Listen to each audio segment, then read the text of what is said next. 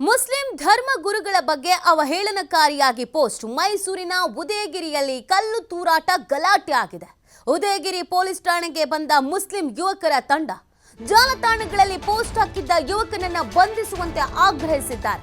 ಪೊಲೀಸರು ಹಾಗೂ ಮುಸ್ಲಿಂ ಯುವಕರ ನಡುವೆ ಮಾತಿನ ಚಕಮಕಿ ನಡೆದಿದೆ. ಜಾಲತಾಣದಲ್ಲಿ ಅವಹೇಳನವಾಗಿ ಪೋಸ್ಟ್ ಹಾಕಿದ್ದ ಕಲ್ಯಾಣಗಿರಿ ಯುವಕ ದೆಹಲಿ ಚುನಾವಣೆಯಲ್ಲಿ ಬಿಜೆಪಿ ಭರ್ಜರಿ ಜಯಬೇರಿ ಹಿನ್ನೆಲೆ ಪೋಸ್ಟ್ ಹಾಕಲಾಗಿತ್ತು. ಪೋಸ್ಟ್ ಹಾಕಿದ್ದ ಯುವಕನನ್ನ ಬಂಧಿಸಿ ಸುಮೋಟೋ ಪ್ರಕರಣ ದಾಖಲಿಸಿಕೊಳ್ಳಲಾಗಿದೆ. ಉದಯಗಿರಿಯಲ್ಲಿ ಬಿಗುವಿನ ವಾತಾವರಣ ಸದ್ಯಕ್ಕೆ ನಿರ್ಮಾಣ ಆಗಿದೆ. ನೋಡಿ, ಇದು ಮುಸ್ಲಿಂ ಗುರುಗಳ ಒಬ್ಬರ ವಿರುದ್ಧವಾಗಿ ಸಾಮಾಜಿಕ ಜಾಲತಾಣಗಳಲ್ಲಿ ಒಂದು ಪೋಸ್ಟ್ ಅನ್ನ ಹಾಕಲಾಗಿತ್ತಂತೆ. ಅವಹೇಳನಕರವಾದಂತ ಅದು ಪೋಸ್ಟ್. ದೆಹಲಿ ಚುನಾವಣೆಯಲ್ಲಿ ಬಿಜೆಪಿ ಭರ್ಜರಿಯಾಗಿ ಜಯಬೇರಿ ಬಾರಿಸಿತಲ್ಲ, ಆ ಹಿನ್ನೆಲೆಯಲ್ಲಿ ಒಬ್ಬ ಯುವಕ ಮುಸ್ಲಿಂ ಧರ್ಮ ಗುರುಗಳ ಬಗ್ಗೆ ಅವಹೇಳನಕಾರಿಯಾಗಿ ಪೋಸ್ಟ್ ಹಾಕಿದ್ದಂತೆ. ಸೊ ಆ ಕಾರಣಕ್ಕಾಗಿ ಮುಸ್ಲಿಂ ಯುವಕರು ಸ್ಟೇಷನ್ಗೆ ಬಂದಿದ್ದಾರೆ. ಕ್ರಮ ಆಗಲೇಬೇಕು ಅಂತ ಆಗ್ರಹಿಸಿದ್ದಾರೆ. ಸ್ವಲ್ಪ ಹೊತ್ತು ಪೊಲೀಸರು ಹಾಗೂ ಮುಸ್ಲಿಂ ಯುವಕರ ನಡುವೆ ಮಾತಿನ ಚಕಮಕಿ ಆಗಿದೆ. ಸದ್ಯ ಇದೀಗ ಆ ಹುಡುಗನನ್ನ ಅರೆಸ್ಟ್ ಮಾಡಲಾಗಿದೆ. ನೋಡಿ, ಇದೆ ಈ ಪೋಸ್ಟ್ ಅನ್ನೇ ಹಾಕಿರೋದು. ಸಾಮಾಜಿಕ ಜಾಲತಾಣಗಳಲ್ಲಿ ಮುಸ್ಲಿಂ ಧರ್ಮಗುರು ಜೊತೆಗೆ ಇನ್ನುಳಿದಂತೆ ಇಬ್ಬರು ನಾಯಕರುಗಳು ಇವರ ಪೋಸ್ಟ್ ಅನ್ನ ಹಾಕಲಾಗಿದೆ, 3 idiots ಅಂತ.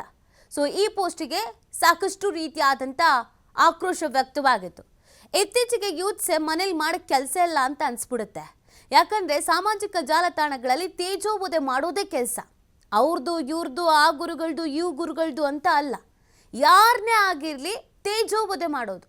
ಅವ್ರ ಮನಸ್ಸಲ್ಲಿ ಒಂದು ಬಂದ್ಬಿಟ್ಟಿರುತ್ತೆ. ಸೋಷಿಯಲ್ ಮೀಡಿಯಾದಲ್ಲಿ ಹಾಕ್ಬಿಡ್ತೀವಿ, ನಾವು ಯಾರು ಏನು ಅಂತ ಗೊತ್ತಾಗಲ್ಲ, ಒಂದು ಫೇಕ್ ಅಕೌಂಟನ್ನು ಕ್ರಿಯೇಟ್ ಮಾಡಿರ್ತೀವಲ್ಲ ಅಂತ.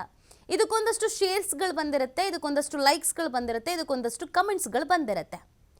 ಯಾರೇ ಆಗಿರಲಿ, ಅದು ಯಾವ ಧರ್ಮದವರಾಗಿರಲಿ, ಯಾವ ಜಾತಿಯವರಾಗಿರಲಿ, ಸೆಲೆಬ್ರಿಟಿ ಆಗಿರಲಿ, ಸೆಲೆಬ್ರಿಟಿ ಅಲ್ಲದೆ ಇರಲಿ, ಅವರವರಿಗೆ ವೈಯಕ್ತಿಕ ವ್ಯಕ್ತಿತ್ವ ಅನ್ನೋದೊಂದು ಇರುತ್ತೆ ಅಲ್ವಾ.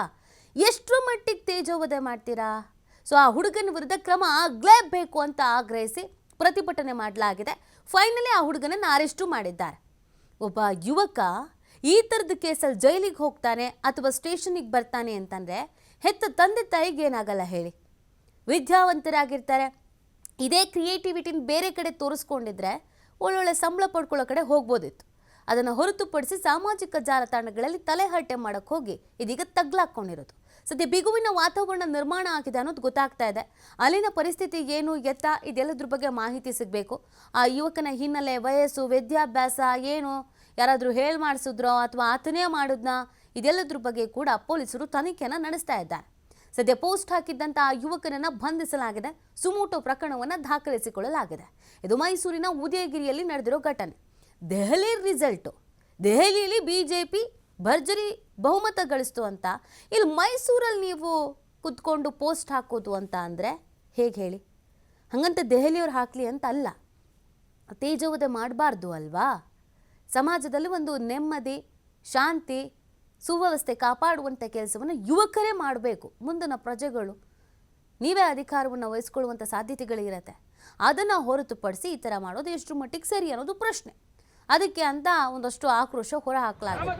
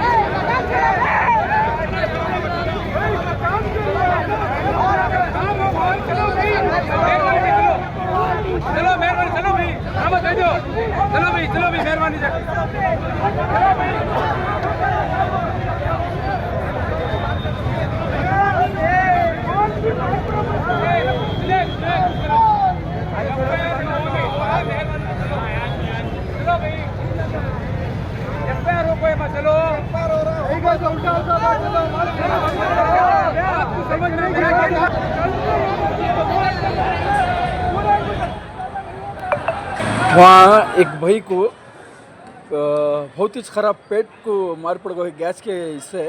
उन्होंने बहुत दूर खड़े थे, पेट को बहुत ख़राब मार पड़ गए। भी मेहरबानी चलो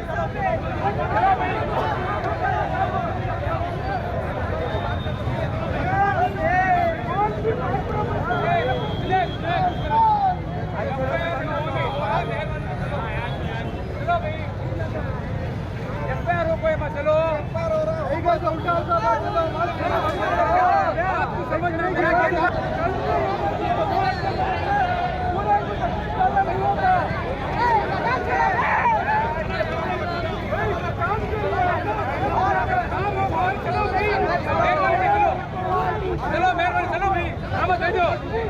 चलो भाई मेहरबानी चलो समझ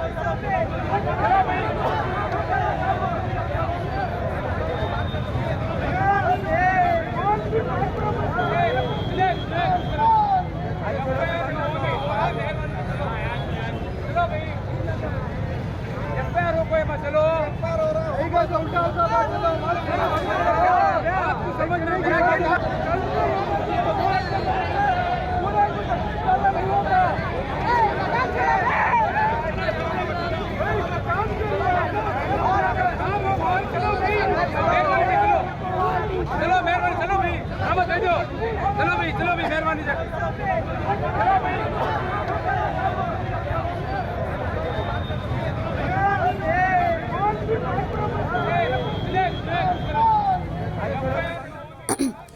ಎಸ್ ನೋಡಿ, ಮೈಸೂರಿನ ಉದಯಗಿರಿಯಲ್ಲಿ ಒಂದು ಘಟನೆ ನಡೆದಿರುವಂಥದ್ದು.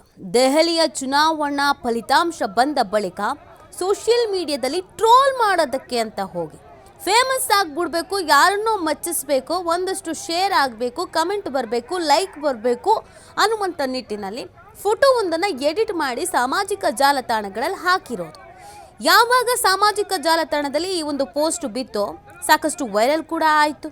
ಅದಾದಮೇಲೆ ಅದನ್ನು ನೋಡಿ ಆಕ್ರೋಶ ಹೊರಹಾಕುವವರ ಸಂಖ್ಯೆ ಕೂಡ ಹೆಚ್ಚಾಯಿತು. ಇದನ್ನು ಹೀಗೆ ಬಿಟ್ಟರೆ ಆಗಲ್ಲ ಅನ್ನುವಂಥ ಅರ್ಥದಲ್ಲಿ ಮುಸ್ಲಿಂ ಸಮುದಾಯದ ಯುವಕರೆಲ್ಲರೂ ಪೊಲೀಸ್ ಠಾಣೆಗೆ ಬಂದಿದ್ದಾರೆ. ನೋಡಿ ಸರ್, ಈ ಥರದೊಂದು ಫೋಟೋವನ್ನು ಸಾಮಾಜಿಕ ಜಾಲತಾಣಗಳಲ್ಲಿ ಹಾಕಿ ಸಿಕ್ಕಾಬಟ್ಟೆ ಟ್ರೋಲ್ ಮಾಡಲಾಗ್ತಾ ಇದೆ. ಇದು ತೇಜೋವಧೆ ಅಲ್ಲದೆ ಇನ್ನೇನು ಅಂತ ಪ್ರಶ್ನಿಸಿದ್ದಾರೆ. ಮತ್ತು ಅದು ಯಾವುದೇ ಯುವಕ ಆಗಿರಬಹುದು, ಆತನನ್ನು ಅರೆಸ್ಟ್ ಮಾಡಲೇಬೇಕು ಅಂತ ಆಗ್ರಹಿಸಿದ್ದಾರೆ. ಈ ಹಿನ್ನೆಲೆಯಲ್ಲಿ ಪೊಲೀಸರು ಕೆಲವು ಹೊತ್ತುಗಳ ಕಾಲ ಈ ಠಾಣೆಗೆ ಬಂದಂಥ ಯುವಕರನ್ನ ಸಮಾಧಾನ ಪಡಿಸುವಂಥ ನಿಟ್ಟಿನಲ್ಲಿ ಮಾತಾಡಿದ್ದಾರೆ. ಆದರೆ ಯಾವಾಗ ಈ ಮಾತು ವರ್ಕೌಟ್ ಆಗಲಿಲ್ಲೋ ಮಾತಿನ ಚಕಮಕಿ ಆಗಿದೆ. ಆ ಯುವಕ ಯಾರೇ ಆಗಿರ್ಬೋದು, ಆತನನ್ನು ಅರೆಸ್ಟ್ ಮಾಡಲೇಬೇಕು, ಅವನಿಗೆ ಬುದ್ಧಿ ಹೇಳಲೇಬೇಕು ಅಂತ ಪಟ್ಟು ಹಿಡಿದು ಕೂತಿದ್ದಾರೆ. ಫೈನಲಿ ಪೊಲೀಸರು ಅದು ಯಾವ ಅಕೌಂಟಿಂದ ಶೇರ್ ಮಾಡಲಾಗಿದೆ, ಆ ಯುವಕ ಯಾರು, ಯಾಕೆ ಈ ಥರದೊಂದು ತೇಜೋವಧೆ ಮಾಡುವಂಥ ಕೆಲಸವನ್ನು ಮಾಡಿದ್ದ ಅಂತ ತಿಳ್ಕೋಬೇಕು ಅನ್ನುವಂಥ ನಿಟ್ಟಿನಲ್ಲಿ ಫೈನಲಿ ಆತನನ್ನು ಅರೆಸ್ಟ್ ಮಾಡಲಾಗಿದೆ. ಸುಮೋಟೋ ಪ್ರಕರಣವನ್ನು ದಾಖಲಿಸಿಕೊಳ್ಳಲಾಗಿದೆ. ನೋಡಿ, ಆ ಫೋಟೋದಲ್ಲಿ ನೀವು ಗಮನಿಸ್ತಾ ಇದ್ದೀರಾ, ಮಾಜಿ ಸಿಎಂ, ಅದರ ಜೊತೆಗೆ ಒಂದು ರಾಷ್ಟ್ರೀಯ ಪಕ್ಷದ ನಾಯಕನಾಗಿ ಹೆಸರುವಾಸಿಯಾದವರು, ಒಂದು ಧರ್ಮದ ಗುರುಗಳು, ಇವರನ್ನೆಲ್ಲರನ್ನ ಈ ರೀತಿಯಾಗಿ ತೇಜೋವಧೆ ಮಾಡಬೇಕು ಅಂತ ಅಂದರೆ ಇತ್ತೀಚಿನ ದಿನಗಳಲ್ಲಿ ಸೋಷಿಯಲ್ ಮೀಡಿಯಾದಲ್ಲಿ ಎಷ್ಟರ ಮಟ್ಟಿಗೆ ಈ ಯುವ ಜನತೆ ಗೌರವ ಅನ್ನೋದು ಕೊಡ್ತಿದೆ ಅನ್ನೋದನ್ನು ಗಮನಿಸಬೇಕಾಗತ್ತೆ. ಕೇವಲ ಇವ್ರು ಮಾತ್ರ ಅಂತ ಅಲ್ಲ, ಸೋಷಿಯಲ್ ಮೀಡಿಯಾದಲ್ಲಿ ಯಾರೇ ಸಿಕ್ಕಾಕೊಂಡ್ರು ಹೆಂಗೆ ಬೇಕೋ ಹಾಗೆ ಮನಸ್ಸು ಇಚ್ಛೆ ಟ್ರೋಲ್ ಮಾಡ್ತಾರೆ. ಇದು ಎಷ್ಟು ಮಟ್ಟಿಗೆ ಸರಿ? ಈ ಬಗ್ಗೆ ಮತ್ತಷ್ಟು ಮಾಹಿತಿಯನ್ನು ನೀಡ್ತಾರೆ ನಮ್ಮ ಪ್ರತಿನಿಧಿ ಪುನೀತ್. ಈ ಪ್ರಕರಣದ ಹಿನ್ನೆಲೆ ಏನು, ಸದ್ಯ ಅರೆಸ್ಟ್ ಆಗಿರುವಂಥ ಹುಡುಗನ ಹಿನ್ನೆಲೆ ಏನು, ಸದ್ಯ ಯಾವ ರೀತಿಯಾದಂಥ ಸಿಚುವೇಶನ್ಸ್ ಇದೆ ಸ್ಥಳದಲ್ಲಿ? ನಿತ್ಯ ಮೈಸೂರಿನಲ್ಲಿ ನಡೆದಿರ್ತಕ್ಕಂತ ಒಂದು ಘಟನೆ ಇದು. ರಾತ್ರಿ ಸುಮಾರು 10 ಗಂಟೆಗೆ ಈ ತರದ ಒಂದು ಉದ್ವಿಗ್ನವಾದಂತಹ ವಾತಾವರಣ ನಿರ್ಮಾಣವಾಗಿದ್ದಂಥದ್ದು. ಮುಖ್ಯವಾಗಿ ಇಲ್ಲಿ ಏನು ದೆಹಲಿ ಭಾಗದಲ್ಲಿ ಈಗ ಬಿಜೆಪಿ ಜಯಭೇರಿ ಆದಂತಹ ಒಂದು ಹಿನ್ನೆಲೆಯಲ್ಲಿ ಇಲ್ಲಿ ಆ ಯುವಕನೋರ್ವ ಏನಿದ್ದಾನೆ, ಇಲ್ಲಿ ಸಾಮಾಜಿಕ ಜಾಲತಾಣದಲ್ಲಿ ಒಂದು ಅವಶ್ಯವಾಗಿರ್ತಕ್ಕಂತ ಒಂದು ಫೋಟೋವನ್ನ ಹರಿಬಿಡ್ತಕ್ಕಂತ ಒಂದು ಕೆಲಸವನ್ನ ಮಾಡ್ತಾನೆ. ಅಂದ್ರೆ ಇದರಲ್ಲಿ ಮುಖ್ಯವಾಗಿ ಸಾಮಾಜಿಕ ಜಾಲತಾಣದಲ್ಲಿ ಕೆಟ್ಟದಾಗಿ ಮುಸ್ಲಿಂ ಧರ್ಮದ ಗುರುಗಳ ಬಗ್ಗೆ ಅವಹೇಳನಕಾರಿಯಾದಂತಹ ಒಂದು ಪೋಸ್ಟ್ ಅನ್ನ ಹಾಕ್ತಕ್ಕಂತ ಒಂದು ಕೆಲಸವನ್ನು ಮಾಡಿರ್ತಾನೆ. ಇದರಿಂದಾಗಿ ಪೊಲೀಸರಿಗೆ ದೂರನ್ನ ಕೊಡ್ತಕ್ಕಂತ ಒಂದು ಕೆಲಸ ಕೂಡ ಆಗಿರುತ್ತೆ. ಎಲ್ಲಿ ಮೈಸೂರಿನ ಉದಯಗಿರಿ ಪೊಲೀಸ್ ಠಾಣೆ ವ್ಯಾಪ್ತಿಯಲ್ಲಿ ಘಟನೆ ನಡೆದಿರುತ್ತೆ. ಹೀಗಾಗಿ ಅಲ್ಲಿ ದೂರನ್ನ ದಾಖಲಿಸ್ತಕ್ಕಂತ ಒಂದು ಕೆಲಸವನ್ನ ಮುಸ್ಲಿಂ ಯುವಕರು ಒಂದಷ್ಟು ಜನ ಮಾಡಿರ್ತಾರೆ. ಆ ಒಂದು ಸಂದರ್ಭದಲ್ಲಿ ಆತನನ್ನ ಪ್ರಕಾಶ ಎಂಬಾತ ಏನಿರ್ತಾನೆ ಆತನನ್ನ ವಶಕ್ಕೆ ಇಟ್ಕೊಳ್ಳುವಂತ ಒಂದು ಕೆಲಸ ಆಗುತ್ತೆ. ಆತನ ಮೇಲೆ ಏನು ಶಿವಮೊಗ್ಗ ಕೇಸನ್ನ ದಾಖಲಿಸಿಕೊಳ್ಳುವ ಮುಖಾಂತರ ಆತನ ಮೇಲೆ FIR ಅನ್ನು ಕೂಡ ದಾಖಲು ಮಾಡ್ತಕ್ಕಂಥ ಒಂದು ಕೆಲಸವನ್ನು ಮಾಡ್ತಾರೆ. ಆದ್ರೆ ತಕ್ಷಣವಾಗಿ ಆತನ ಮೇಲೆ ಯಾವುದೇ ರೀತಿಯಾದಂತಹ ಕ್ರಮವನ್ನು ತೆಗೆದುಕೊಂಡಿಲ್ಲ. ಆತನ ಬೆಳಗ್ಗೆಯಿಂದ ಸಂಜೆಯವರೆಗೂ ಕೂಡ ಕೂರಿಸಿದ್ದಾರೆ, ಏನು ಆತಿಥ್ಯವನ್ನು ಕೊಡ್ತಕ್ಕಂಥ ಕೆಲಸವನ್ನು ಮಾಡ್ತಾ ಇದ್ದಾರೆ ಅಂತ ಹೇಳಿ ಆಕ್ರೋಶಗೊಂಡಂತಹ ಮುಸ್ಲಿಂ ಯುವಕರೇನಿದ್ದಾರೆ ಇವರೆಲ್ಲರೂ ಕೂಡ ಒಂದು ರೀತಿ ಏನು ಸುಮಾರು ರಾತ್ರಿ 9:30 10 ಗಂಟೆಯ ವೇಳೆಗೆ ಉದಯಗಿರಿ ಪೊಲೀಸ್ ಠಾಣೆಗೆ ಜಮಾಯಿಸ್ತಾರೆ. ಅಲ್ಲಿ ಜಮಾಯಿಸಿ ಪೊಲೀಸರ ಒಂದು ನಡೆಯ ವಿರುದ್ಧ ಆಕ್ರೋಶವನ್ನು ವ್ಯಕ್ತಪಡಿಸುವಂತಹ ಒಂದು ಕೆಲಸವನ್ನು ಮಾಡ್ತಾರೆ. ಈ ಒಂದು ಸಂದರ್ಭದಲ್ಲಿ ಅಲ್ಲಿ ಸೇರಿದಂತಹ ಜಮಾಯಿಸಿದಂತಹ ಯುವಕರು ಜೊತೆಗೆ ಪೊಲೀಸರ ನಡುವೆ ಒಂದು ರೀತಿ ಮಾತಿನ ಚಕಮಕಿಯು ಕೂಡ ನಡೆಯುತ್ತೆ. ಒಂದು ರೀತಿ ಹೆಚ್ಚಿನದಾಗಿ ಗಲಾಟೆ ಆಗುವಂತಹ ಒಂದು ವಾತಾವರಣ ನಿರ್ಮಾಣವಾದಂತಹ ಸಂದರ್ಭದಲ್ಲಿ ತಕ್ಷಣವಾಗಿ ಆ ಪೊಲೀಸರು ಅಲ್ಲಿ ಲಾಠಿ ಚಾರ್ಜ್ ಅನ್ನ ಮಾಡ್ತಕ್ಕಂಥ ಒಂದು ಕೆಲಸವನ್ನು ಕೂಡ ಮಾಡ್ತಾರೆ. ತಕ್ಷಣ ಅಲ್ಲಿ ಏನು ಕಲ್ಲು ತೂರಾಟಗಳ ಆಗ್ತಕ್ಕಂಥದ್ದು ಇದೆಲ್ಲವೂ ಕೂಡ ಆಗುತ್ತೆ. ಇದರಿಂದ ಏನು ತಕ್ಷಣವಾಗಿ ಅಲ್ಲಿ ಏನು ನಗರ ಪೊಲೀಸ್ ಆಯುಕ್ತರಾದಂತಹ ಸೀಮಾ ಲಾಟ್ಕರ್ ಅವರಿರ್ಬೋದು, ಜೊತೆಗೆ ಡಿಸಿಪಿಗಳಿರ್ಬೋದು, ಜೊತೆಗೆ ಹೆಚ್ಚಿನ ಪೊಲೀಸರನ್ನ ನಿಯೋಜನೆ ಮಾಡ್ತಕ್ಕಂಥ ಒಂದು ಕೆಲಸವನ್ನು ಮಾಡಿ ಅಲ್ಲೇ ಆಗ್ತಿದ್ದಂತಹ ಅನಾಹುತವನ್ನ ತಡೆಯುವಂತಹ ಒಂದು ಕೆಲಸವನ್ನು ಕೂಡ ಮಾಡ್ಲಾಗುತ್ತೆ. ಇನ್ನು ಕಲ್ಲು ತೂರಾಟವಾದಂತಹ ಸಂದರ್ಭದಲ್ಲಿ ಪೊಲೀಸರ ವಾಹನಗಳಿಗೂ ಕೂಡ ಕಲ್ಲು ತೂರಾಟವನ್ನು ಮಾಡ್ತಕ್ಕಂಥ ಒಂದು ಕೆಲಸ ಇಲ್ಲಿ ಆಗಿರ್ತಕ್ಕಂಥದ್ದು. ಇದು ಪ್ರಮುಖವಾಗಿ ಮೈಸೂರಿನ ಕಲ್ಯಾಣಗಿರಿ ಯುವಕನಿಂದ ಈ ಒಂದು ಪೋಸ್ಟ್ ಆಗಿರುತ್ತೆ. ಆ ಪೋಸ್ಟ್ ಅನ್ನ ಹಾಕಿದಂತವನ ಮೇಲೆ ತಕ್ಷಣವಾಗಿ ಕ್ರಮವನ್ನು ಜರುಗಿಸುವಂತ ಒಂದು ಕೆಲಸವನ್ನ ಉದಯಗಿರಿ ಪೊಲೀಸರು ಮಾಡಿರೋದಿಲ್ಲ. ಇದರಿಂದಾಗಿ ಯುವಕರನ್ನ ಬಂಧಿಸೋದ್ರ ಜೊತೆಗೆ ಆತನ ಮೇಲೆ ಕಠಿಣವಾದಂತಹ ಕ್ರಮ ಆಗ್ಬೇಕು ಅಂತ ಹೇಳಿ ಅಲ್ಲಿ ಆಕ್ರೋಶವನ್ನು ವ್ಯಕ್ತಪಡಿಸುವಂತ ಒಂದು ಕೆಲಸ ಆಗುತ್ತೆ. ಆದ್ರೆ ಅದು ಹೆಚ್ಚಿನದಾಗಿ ಲಾಠಿ ಚಾರ್ಜ್ ಆಗಿರ್ಬೋದು, ಜೊತೆಗೆ ಕಲ್ಲು ತೂರಾಟಕ್ಕೂ ಕೂಡ ಕಾರಣವಾಗುತ್ತೆ. ತಕ್ಷಣ 11:30 ವೇಳೆಗೆ ಪೊಲೀಸರು ಅದನ್ನ ಅವರೆಲ್ಲರನ್ನೂ ಕೂಡ ಚದುರಿಸುವಂತ ಒಂದು ಕೆಲಸವನ್ನು ಮಾಡ್ತಾರೆ. ಅಲ್ಲಿ ಶಾಂತಿಯುತವಾದಂತಹ ಒಂದು ವಾತಾವರಣ ನಿರ್ಮಾಣವಾಗುವಂತಹ ರೀತಿಯಲ್ಲಿ ಕೆಲಸವನ್ನು ಮಾಡ್ತಾರೆ. ಆದ್ರೆ ಇಲ್ಲಿ ಏನು ಯುವಕನವರು ಮಾಡಿರ್ತಕ್ಕಂತ ಒಂದು ಪೋಸ್ಟ್ ಏನಿದೆ ಆ ಪೋಸ್ಟ್ ಮಾಡಿರ್ತಕ್ಕಂಥ ಯುವಕನ ಮೇಲೆ ತಕ್ಷಣವಾಗಿ ಕ್ರಮ ಆಗ್ಬೇಕು ಅಂತ ಹೇಳಿ ಒತ್ತಾಯಗಳೇನಾಗಿದ್ದಾವೆ. ಜೊತೆಗೆ ರಾತ್ರಿ ನಡೆದಂತಹ ಒಂದು ಗಲಾಟೆಯಿಂದಾಗಿ ಪೊಲೀಸರ ವಾಹನಗಳ ಮೇಲೆ ಕಲ್ಲು ತೂರಾಟ ಆಗಿರ್ತಕ್ಕಂಥದ್ದು ಇರಬಹುದು. ಇದೆಲ್ಲದರ ಮೇಲೂ ಕೂಡ ಕ್ರಮ ಆಗ್ಬೇಕು. ಮೈಸೂರನ್ನ ಪೆನ್ಸಿಲರ್ ಪ್ಯಾರಡೈಸ್ ಅಂತ ಕರೀಲಾಗುತ್ತೆ. ಆ ಒಂದು ನಗರದಲ್ಲಿ ಅದರಲ್ಲೂ ಕೂಡ ಮುಖ್ಯಮಂತ್ರಿಗಳ ತವರು ಜಿಲ್ಲೆ ಆಗಿರತಕ್ಕಂಥ ನಗರದಲ್ಲಿ ಶಾಂತಿಯನ್ನ ಕದರ್ತಕ್ಕಂಥ ಕೆಲಸವನ್ನು ಮಾಡತಕ್ಕಂಥ ಮೇಲೆ ಕಠಿಣವಾದಂತಹ ಕ್ರಮ ಆಗ್ಬೇಕು ಅಂತ ಏನು ಒತ್ತಾಯಗಳ ಆಗಿರೋದ್ರ ಜೊತೆಗೆ ಆಕ್ರೋಶ ಕೂಡ ಇರತಕ್ಕಂಥದ್ದು. ಹೀಗಾಗಿ ಪೊಲೀಸರು ಅಲ್ಲಿ ಆಗಿದ್ದಂತಹ ಅನಾಹುತವನ್ನು ತಡಿತಕ್ಕಂಥ ಒಂದು ಕೆಲಸವನ್ನು ಮಾಡಿದ್ದಾರೆ ಇಲ್ಲಿ. ಆದ್ರೆ ಈ ಒಂದು ಪ್ರಕರಣಕ್ಕೆ ಸಂಬಂಧಪಟ್ಟಂತಹ ಒಂದು ವಿಚಾರವನ್ನು ನೋಡೋದೇ ಆದ್ರೆ ಇಲ್ಲಿ ಪೊಲೀಸರ ನಿರ್ಲಕ್ಷ್ಯತನ ಹೆಚ್ಚಿನದಾಗಿ ಎದ್ದು ಕಾಣಿಸ್ತಾ ಇರತಕ್ಕಂಥದ್ದು. ಯಾಕೆ ಅಂತ ಹೇಳಿದ್ರೆ ಈ ರೀತಿಯಾದಂತಹ ಒಂದು ಪೋಸ್ಟ್ ಅನ್ನ ಮಾಡಿದಂತಹ ಯುವಕನ ಮೇಲೆ ದೂರು ದಾಖಲಾದ ತಕ್ಷಣ ಆತನ ಮೇಲೆ FIR ಅನ್ನ ದಾಖಲಾದ ನಂತರ ಏನು ಕಾನೂನಿನ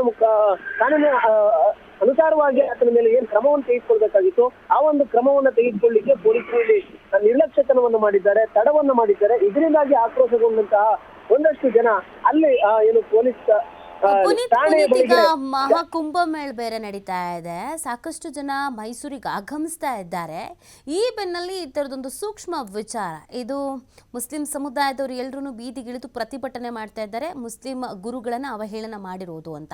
ಸೊ ಇದೊಂದು ಅತಿ ಸೂಕ್ಷ್ಮ ವಿಚಾರ ಆಗಿರುವಂಥ ಹಿನ್ನೆಲೆಯಲ್ಲಿ ಹೆಚ್ಚಿನ ಭದ್ರತೆಯ ಅವಶ್ಯಕತೆ ಕೂಡ ಇರುತ್ತೆ. ಯಾಕಂದರೆ ಲಾಠಿ ಚಾರ್ಜ್ ಆಗಿದೆ, ಕಲ್ಲು ತೂರಾಟ ಆಗಿದೆ ಅಂತಂದರೆ ಆ ಭಾಗಗಳಲ್ಲಿ ಹೆಚ್ಚಿನ ರೀತಿಯಾಗಿ ಅಲರ್ಟ್ ಆಗಬೇಕಾಗತ್ತೆ. 144 ಸೆಕ್ಷನ್ ಸೇರಿದಂತೆ ಪೊಲೀಸರು ಏನೆಲ್ಲ ಕ್ರಮಗಳನ್ನು ಕೈಗೊಳ್ತಾ ಇದ್ದಾರೆ ಅಂತ. ಈಗ ಪರಿಸ್ಥಿತಿ ತಳಬದಿಗೆ ಬಂದಿದೆಯಾ, ಹೇಗೆ ಕತೆ, ಪೊಲೀಸರು ಹೇಗೆ ಅಲರ್ಟ್ ಆಗಿದ್ದಾರೆ ಅಂತ?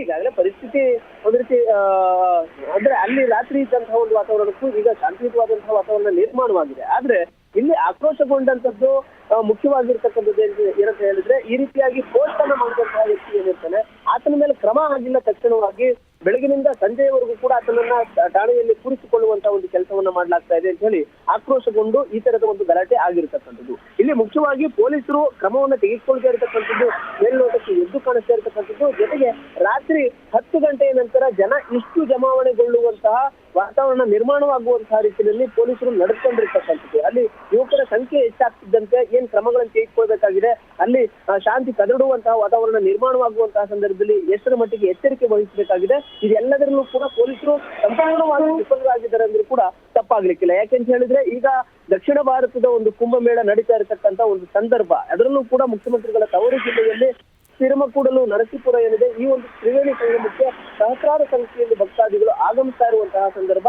ಈ ಒಂದು ಸಂದರ್ಭದಲ್ಲಿ ಒಂದು ಯಾವುದೇ ಒಂದು ಧರ್ಮದ ಬಗ್ಗೆ ಇಲ್ಲಿ ಅವಾಚ್ಯವಾಗಿ ಇರತಕ್ಕಂತಹ ಪೋಸ್ಟ್ಗಳು ಬರತಕ್ಕಂಥದ್ದು ಇರ್ಬೋದು, ಅವಹೇಳನಕಾರಿಯಾದಂತಹ ಪೋಸ್ಟ್ಗಳು ಬರತಕ್ಕಂಥದ್ದು ಇರ್ಬೋದು, ಇದೆಲ್ಲವೂ ಕೂಡ ಶಾಂತಿಯುತವಾದಂತಹ ವಾತಾವರಣವನ್ನ ಕದಡಿಸುವಂತಹ ಒಂದು ಕೆಲಸ ಆಗುತ್ತೆ. ಇದ್ರ ಬಗ್ಗೆ ಎಚ್ಚರಿಕೆಯನ್ನು ಪೊಲೀಸ್ ಇಲಾಖೆ ಮಾಡಬೇಕಾಗಿತ್ತು. ಆದ್ರೆ ಇಲ್ಲಿ ಪೊಲೀಸ್ ಎಷ್ಟರ ಮಟ್ಟಿಗೆ ನಿರ್ಲಕ್ಷ್ಯತನವನ್ನು ವಹಿಸ್ತಾ ಇದ್ದಾರೆ, ಇಲ್ಲಿ ಅವರ ಒಂದು ಕಾರ್ಯವೈಖರಿ ವಿಫಲವಾಗಿದೆ ಎಂಬುದು ಎದ್ದು ಕಾಣಿಸ್ತಾ ಇರತಕ್ಕಂಥದ್ದು. ಯಾಕೆ ಅಂತ ಹೇಳಿದ್ರೆ ಒಂದು ಕಾನೂನಾತ್ಮಕವಾಗಿ ಅವ್ರ ಮೇಲೆ ಏನ್ ಕ್ರಮಗಳನ್ನು ತೆಗೆದುಕೊಳ್ಬೇಕಾಗಿದೆ ಆ ಒಂದು ಕ್ರಮಗಳನ್ನ ಕಠಿಣವಾಗಿ ತೆಗೆದುಕೊಳ್ಳುವಂತ ಒಂದು ಕೆಲಸವನ್ನ ಪೊಲೀಸರು ಮಾಡಬೇಕು. ಆದ್ರೆ ಇಲ್ಲಿ ಏನು ಉದಯಗಿರಿ ಪೊಲೀಸರು ಸೇರಿದಂತೆ ನಗರ ಪೊಲೀಸ್ ಆಯುಕ್ತರ ಒಂದು ನಿರ್ಲಕ್ಷ್ಯತನ, ಒಂದು ರೀತಿ ಅವರ ಒಂದು ಬೇಜವಾಬ್ದಾರಿತನ ಇಲ್ಲಿ ಈ ಒಂದು ಗಲಾಟೆಗೆ ಪ್ರಮುಖವಾದಂತಹ ಕಾರಣ ಆಗಿದೆ ಅಂದ್ರೂ ಕೂಡ ತಪ್ಪಾಗ್ಲಿಕ್ಕಿಲ್ಲ. ಯಾಕೆಂತ ಹೇಳಿದ್ರೆ ರಾತ್ರಿ 10 ಗಂಟೆಯ ಸಂದರ್ಭದಲ್ಲೂ ಕೂಡ ಸಾವಿರಾರು ಸಂಖ್ಯೆಯಲ್ಲಿ ಮುಸ್ಲಿಂ ಯುವಕರು ಒಂದು ಠಾಣೆಯ ಬಳಿ ಸೇರ್ತಾರೆ. ಅಲ್ಲಿ ಪೊಲೀಸರ ನಡುವೆ ಅವರ ನಡುವೆ ಗಲಾಟೆಗಳಾಗ್ತವೆ, ಅಂದ್ರೆ ಮಾತಿನ ಚಕಮಕಿಗಳಾಗ್ತವೆ. ಈ ಒಂದು ಸಂದರ್ಭದಲ್ಲಿ ಅಕ್ಕಪಕ್ಕ ಇರತಕ್ಕಂತ ಏರಿಯಾಗಳೇನಿದ್ದಾವೆ ಅಲ್ಲಿ ಸಾರ್ವಜನಿಕರು ಇರತಕ್ಕಂತ ಸ್ಥಳಗಳಲ್ಲಿ ಅನಾಹುತಗಳಾಗಿದ್ದಂತಹ ಸಂದರ್ಭದಲ್ಲಿ ಯಾರು ಹೊಣೆ ಆಗ್ತಾರೆ ಅನ್ನೋದು ಈಗ ಮೈಸೂರಿನ ನಾಗರಿಕರಲ್ಲಿ ಪ್ರಶ್ನೆ ಮೂಡಿರ್ತಕ್ಕಂಥದ್ದು. ಜೊತೆಗೆ ಶಾಂತಿಯುತವಾದಂತಹ ವಾತಾವರಣ ಇರ್ತಕ್ಕಂಥ ಮೈಸೂರಿನಲ್ಲಿ ಈ ತರದ ಘಟನೆಗಳು ಒಂದಷ್ಟು ಆತಂಕವನ್ನು ಉಂಟು ಮಾಡ್ತವೆ ಅನ್ನೋ ಒಂದು ಪ್ರಮುಖವಾದಂತಹ ಪ್ರಶ್ನೆಗಳು ಈಗ ಉದ್ಭವ ಆಗೋದ್ರ ಜೊತೆಗೆ ಪೊಲೀಸರ ನಿರ್ಲಕ್ಷ್ಯತನ ಈ ಒಂದು ಗಲಾಟೆಗೆ ಪ್ರಮುಖವಾದಂತಹ ಕಾರಣ ಆಗಿರ್ತಕ್ಕಂಥದ್ದು. ಹೀಗಾಗಿ ಈ ತರದ ಘಟನೆಗಳು ನಡೆದಿರುವ ರೀತಿಯಲ್ಲಿ ಈಗ ಅವಹೇಳನಕಾರಿಯಾಗಿ ಪೋಸ್ಟ್ ಅನ್ನು ಮಾಡಿರ್ತಕ್ಕಂಥ ಮೇಲೆ ಕಠಿಣವಾದ ಕ್ರಮವನ್ನು ತೆಗೆದುಕೊಳ್ತಕ್ಕಂಥದ್ದು. ಜೊತೆಗೆ ಕಾನೂನಿನ ವ್ಯಾಪ್ತಿಯನ್ನ ಮೀರಿ ಯುವಕರು ಇಲ್ಲಿ ಪೊಲೀಸರ ವಾಹನಗಳ ಮೇಲೆ ಕಲ್ಲು ತೂರಾಟ ಮಾಡಿರ್ತಕ್ಕಂಥದ್ದು ಇರಬಹುದು, ಸಾರ್ವಜನಿಕರಲ್ಲಿ ಆತಂಕ ಸೃಷ್ಟಿಯಾಗುವಂತಹ ವಾತಾವರಣ ನಿರ್ಮಾಣ ಮಾಡಿರ್ತಕ್ಕಂಥವ್ರ ಮೇಲೂ ಕೂಡ ಕ್ರಮವನ್ನ ಜರುಗಿಸಬೇಕು ಅಂತ ಹೇಳಿ ಈಗ ಒತ್ತಾಯಗಳು ಕೂಡ ಇರ್ತಕ್ಕಂಥದ್ದು ನೀತಿ. ಓಕೆ, ಥ್ಯಾಂಕ್ ಯು ಪುನೀತ್, ತಮ್ಮ ಡೀಟೇಲ್ಸ್ಗಾಗಿ.